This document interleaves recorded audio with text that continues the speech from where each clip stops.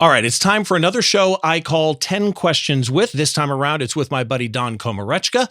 This is Behind the Shot.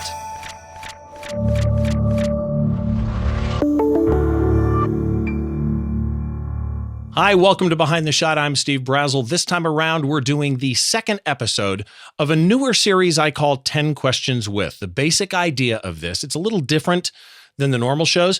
The basic idea is kind of an extension of what I do at the end of the normal shows. At the end of every normal show, I do 4 or 5 questions. I call a speed round. This is just that kind of on steroids. It's 10 questions with a photographer that I admire, because depending on the question that you ask, it's amazing what you can learn about somebody. These questions will be a little bit about photography, a little bit about life, and sometimes just something stupid and weird thrown in just for fun. The idea is it's still a speed round, unless, of course, the question needs more than that. We'll just kind of play it by ear. As always, the show notes for this show and every show that I do are at behindtheshot.tv. Just head over to the website, find this episode, click the link, and you'll find a little bit I write about my guest and a small sample gallery of their work. And most importantly, all the links related to that guest, so you can go follow them everywhere, check out their podcasts, and do all of that type of stuff. And this time around, I've got a buddy of mine on the show. I'd like to welcome to the show, Don Komarechka. Don, how are you, man? I'm doing well, Steve. It's been a while since I've been on your programming here. Great to be back. Yeah, I'm so glad to have you back. Speaking of which, I'm about to leave town for a couple of weeks to go to Scotland and Ireland. When I get back, I'd love to do another normal show with you. I didn't realize how long it's been until I was kind of researching and writing the blog post for this show. And it's been way too long. We need to get one of your shots and do a normal behind the shot with you. I'd love it. You know, I take behind the scenes images of most of my setups as well, so we can really dig in and tear it apart and put it back together. It'd be fun. Yeah, I would enjoy that greatly. And by the way, we just finished when we're recording this. It's like 1 a.m. my time. And where you are, what is it now, 10 a.m.? 11 a.m.? And because you're in Bulgaria. And we just finished recording one of your podcasts. For those that don't know Don Komarechka, before we get into the 10 questions, just kind of let people know where they can find you and about your podcast, Photo Geek Weekly. Of course, so Photo Geek Weekly at photogeekweekly.com. That's easy enough. My website, doncom.ca, is where you'll find a portfolio of work and all the links to social media. Skycrystals.ca is where you'll find my books in PDF format. The physical editions are currently, as of right now, sold out, although we are working on a second edition of my latest. And, you know, I'm pretty responsive, so send me an email, tag me on something, and you'll see what I have to say about it. And by the way, I mentioned this when we just did Photo Geek Weekly right before this. If you're not following Don on social media, like on Twitter, where it's just Doncom, Donkom, you need to do so, because Don has a wood-fired oven. And seriously, the only other person who has this effect on me is Photo Joseph, where I just want to go eat after I see your posts. You know, one of the things I made recently was jalapeno poppers, which is a super easy thing to do. You basically take some long cut bacon and wrap that around half of a jalapeno pepper that's been stuffed with cream cheese, and you put that on a cast iron skillet and you slide it into the wood-fired oven. And nothing better. Super simple. The only difficult thing comes after a couple of hours when you realize you've eaten a dozen jalapenos. But the joy of the wood-fired oven is phenomenal. And here in rural Bulgaria, it's easy to just kind of live simply and good as a result. And what's funny is I'm in Southern California. I love jalapenos. We put jalapenos on everything. And I saw that photo of the jalapeno poppers and almost flew there to try them, because there's if you are a jalapeno fan or you like spice, there's very little better. There's a sushi restaurant near me. Now we're going into food again, which is what we did on your show. There's a sushi restaurant near me that does tuna stuffed jalapenos, and it's fantastic. Absolutely fantastic. So let's get into 10 questions with. Again, you heard kind of the intro. The idea is just I ask a question, you answer it as quick as you want to. It can be long, it can be short, it kind of just whatever you feel like doing. Question number 1. You are mostly known as a macro photographer, but you photograph a lot of things. You're an amazing landscape photographer, etc. Why did macro photography become your specialty? What was the draw there? That basically the fact that you can give everybody the exact same subject and they're going to end up with different results, vastly different results. I'll photograph the night sky and that's fine. And then it kind of comes down to the fact that, okay, you've got the wide angle view of the Milky Way and that's perfect. Great. How many people have done that before? A lot. And then your deviation from that becomes, well, what can you put in the foreground that's unique to you and your position in the world? And then I kind of kept looking more and more into that foreground and realized that there's entire stories and narratives built into that don't require the element that is consistently always photographed by other people. I can probably take a great image if you put me at Horseshoe Bend or any unpronounceable name of a waterfall in Iceland, and that's fine. I would enjoy that, but it's not going to be unique as a result. Whereas if I do workshops and stuff, if I were to have a group of people all with the same flowers and water droplets and what have you, the exact same ingredients, nobody is going to get the same thing as anybody else. They're always going to be unique and different. And I just got tired of taking images that other people had already taken before me. I love that answer because I think, one of the questions always is, how do you take fresh pictures of iconic things, right? How do you take a picture of the Eiffel Tower when it's been photographed from every angle, ad infinitum? And that's a great way of looking at why you picked the genre. Question number 2, if you could have dinner with anyone, living or deceased, who would it be and why? Oh, God. I mean, the obvious answer is Hitler so I could kill him. But the... But okay. If I were to think from my own sensibilities beyond the betterment of the world, it all depends. I mean, how many great minds would I be able to sit down with? But I never spoke the language of an ancient philosopher, and so it would have to be semi-modern and kind of in English. I would say Stephen Hawking. Captive audience. He might take a while to respond to things, but you'd basically get a pretty profound answer to just about anything you'd ask. I didn't see that one coming at all. What is your favorite photography-related memory? That's tough. I mean, there's many, but I would say that so my dad passed away, more than a decade ago now. But he was always into photography when he was a child, and he would always be borrowing my grandfather's camera when he was in his teenage years and was working on the high school yearbook and all that. He loved it, and he wanted to become a professional photographer. My grandparents, his parents, said, absolutely not. You can't do that for a career, and he went in a different direction. Long story short, my dad, wasn't kind to his body with drug abuse over the years, and it caught up to him. But right before the end, he gave me $1,000, and he said, "Just go spend that on something that you'll enjoy." And fully expecting that I would probably spend that on a video game system or something. But he'd see me happy, and that would be important to him. And I went out and I bought my first digital SLR, my first camera at all, aside from a Game Boy camera or other little toys I might have had throughout the years. And I brought that and I showed him what I bought. And the enjoyment that I saw on his face was one of the happiest photographic memories and also one of the first. Love it. Love it. What's your favorite movie? And it's a 2-parter, favorite TV show? Oh, God.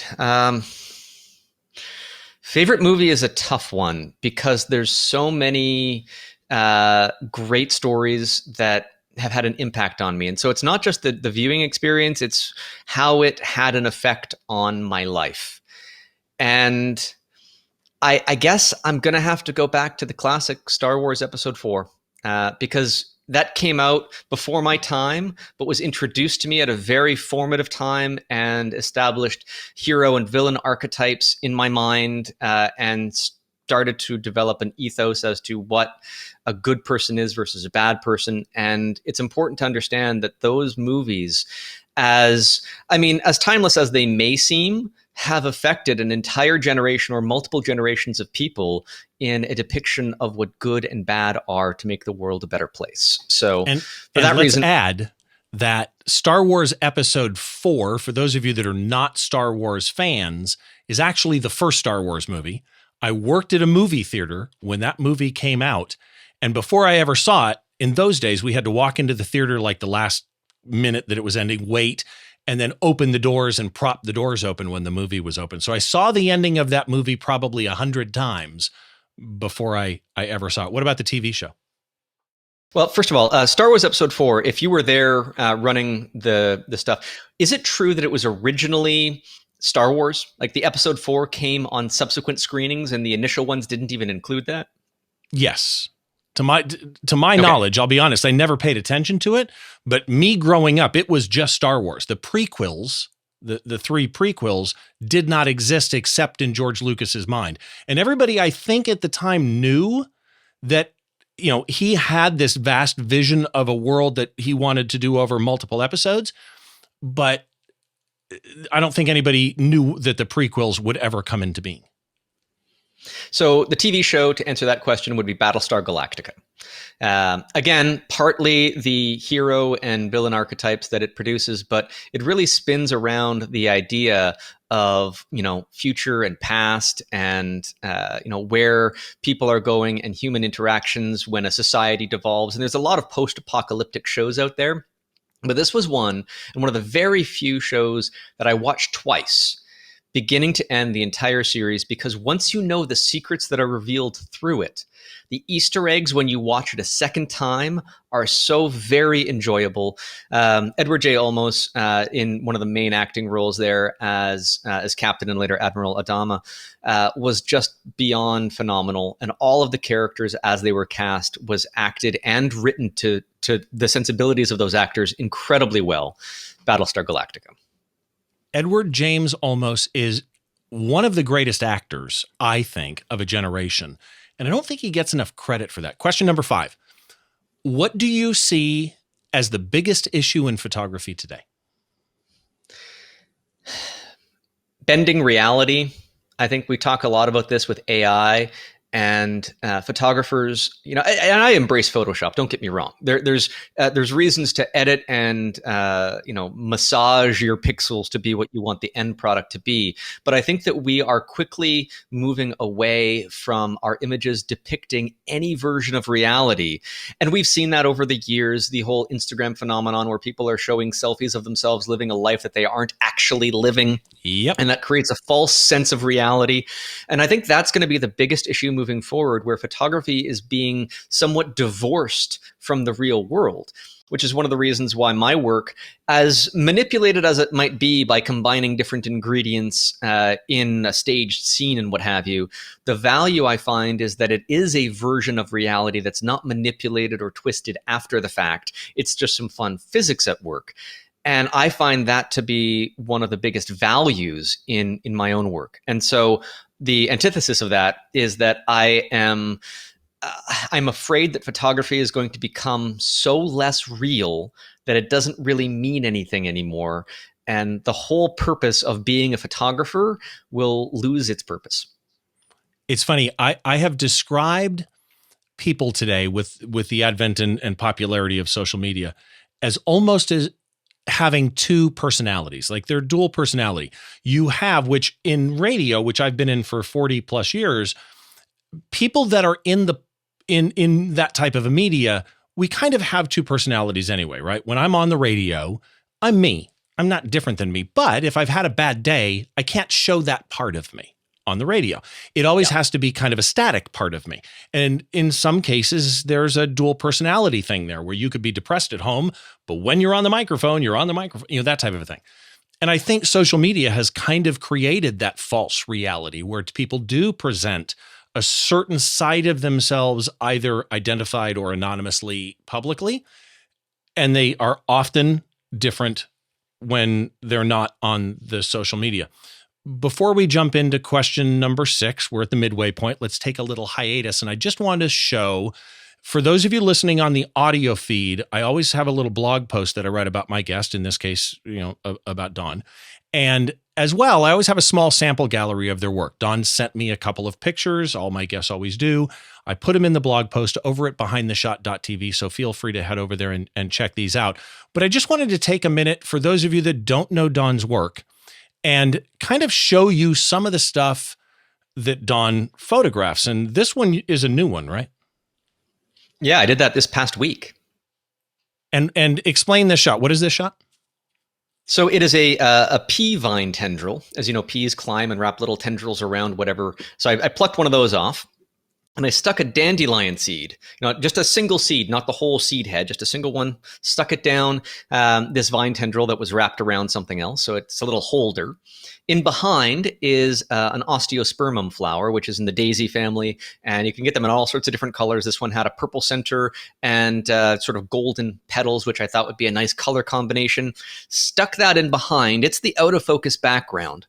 And that comes into focus in the water droplets that I have placed on the dandelion seed, which are acting like lenses. The majority of the droplets placed with a spray bottle, one of them via a hypodermic needle, which is much larger, giving you a crystal ball effect that creates the final composition.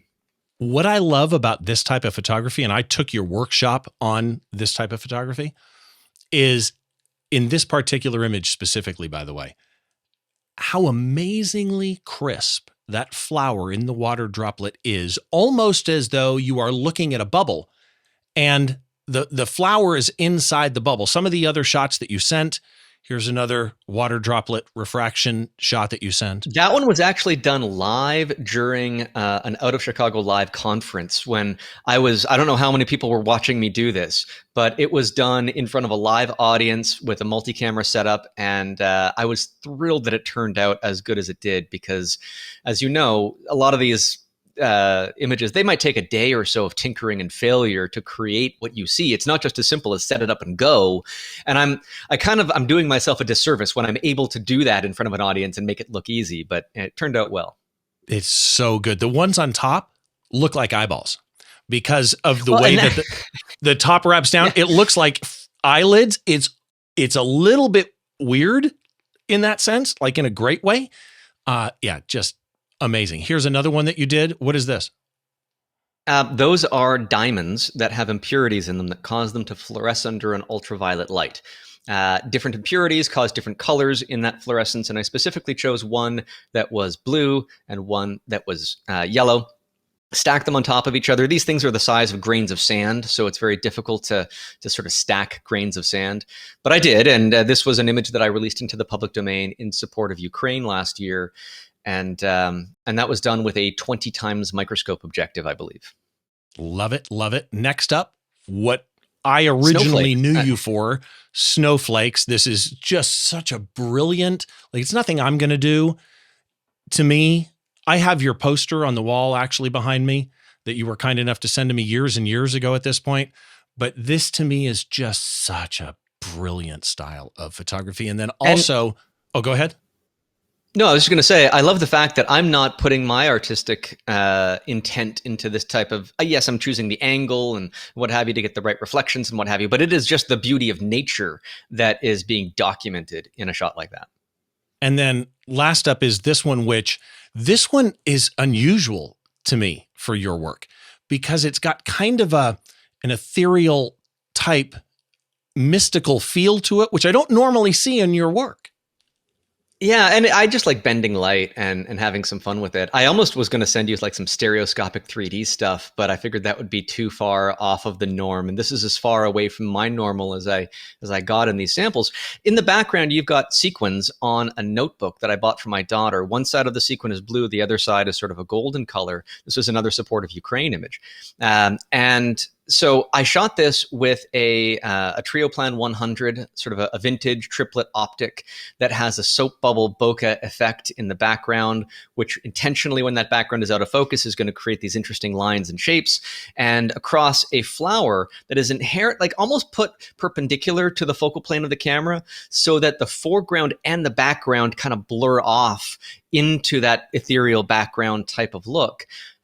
Just mucking around with light can be fun sometimes. I would love you to do more like this. Like I truly love that shot. And then what is this? What do you think that is, Steve? Okay. So a couple of things when I first saw this kind of stuck out to me. It kind of oddly looks like pieces of bark, but I think knowing that it's super magnified, is it part of some living being? It is not. It's probably older than the Earth itself. This is a slice of a meteorite that fell in Northwest Africa that was Oh, sliced thin enough with the right materials that made it transparent or at least translucent. And this is imaged with cross-polarized light. So if you've got a variable ND filter, you're basically got two polarizing filters that when they're in the greatest opposition to each other, they're incredibly dark. If you could take that apart and imagine that you've got those two polarizers in opposition, everything is going to be dark, except if you put something in between them that mucks with the direction of light.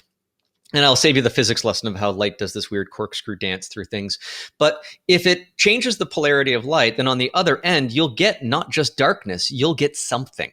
And this cross-polarization effect, also called birefringence, is something that I've been exploring a lot of with man-made crystals, where I can mix up some citric acid and have that solution create some beautiful abstract artwork. But it exists in nature as well. And I was lucky enough to be loaned the sample of a meteorite slice for this image.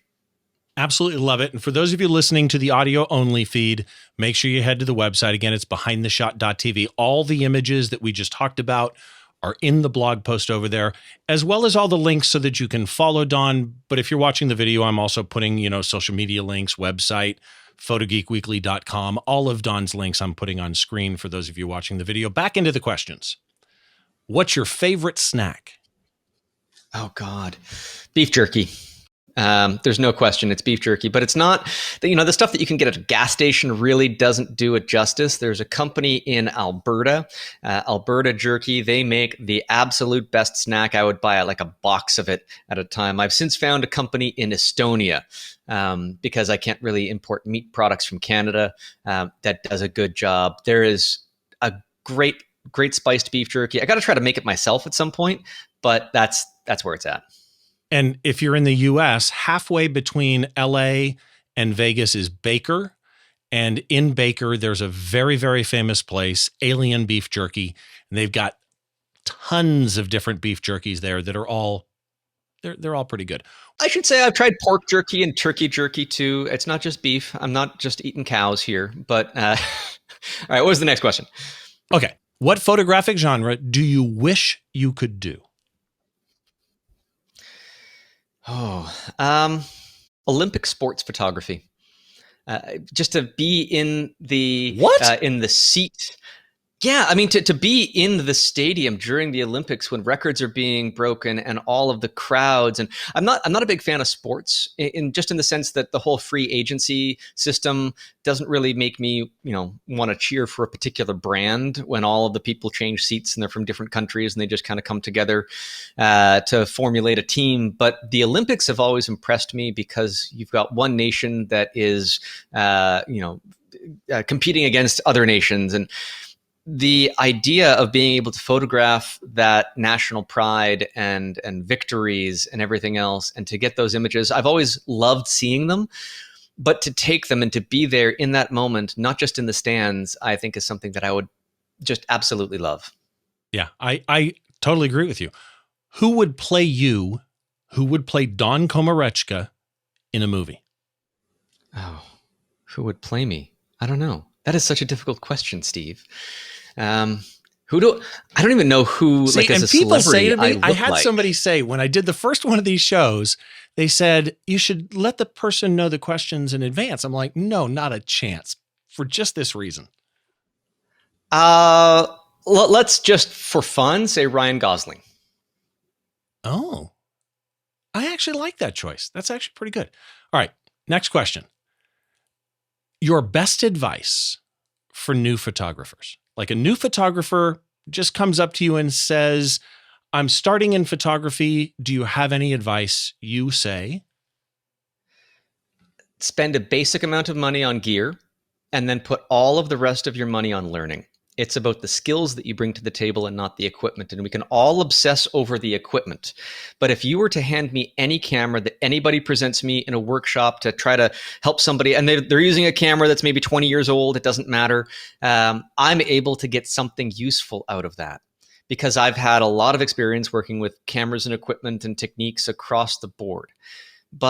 And yes, I have great equipment. I've got the best of equipment that I could possibly utilize right now. It wasn't always the case.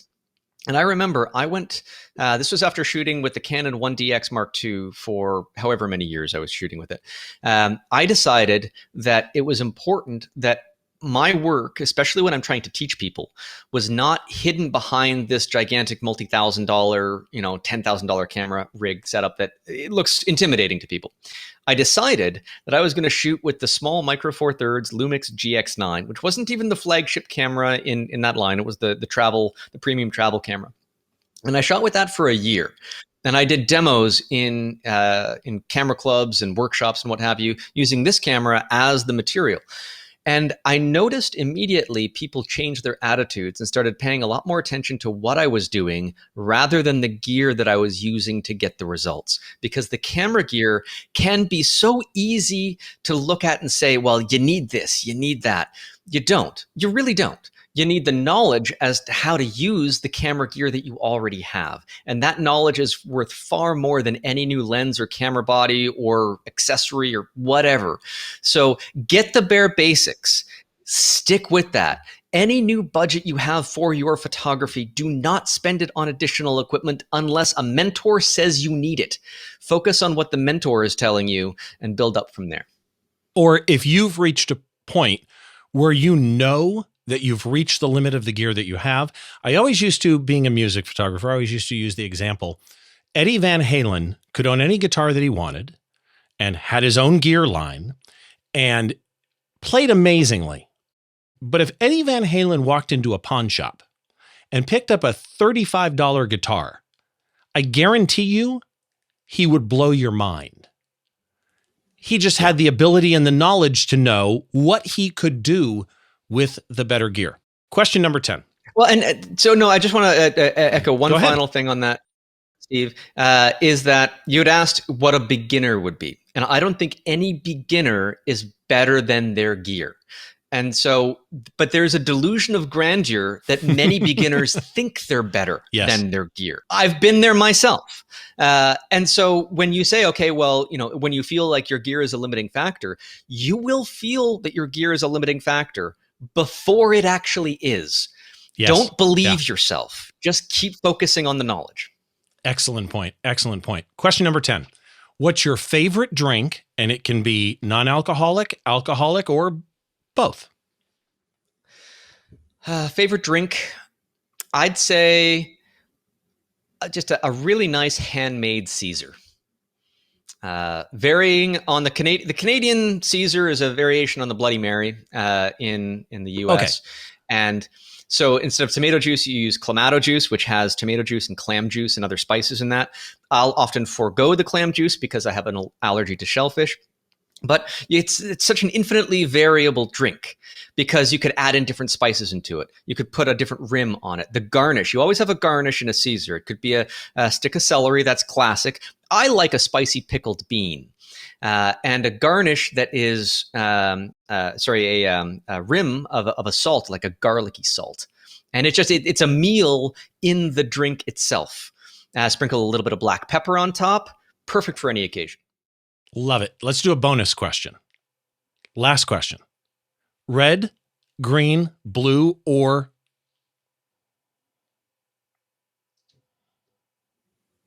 red. Good choice. Good choice. Mr. Don, thank you so much for doing. People are going to go, what the hell was that? Like I said, it's photography questions and some of them just for the hell of it out of the blue. I like the Ryan Gosling one, though. That was actually pretty good because I could actually see that one.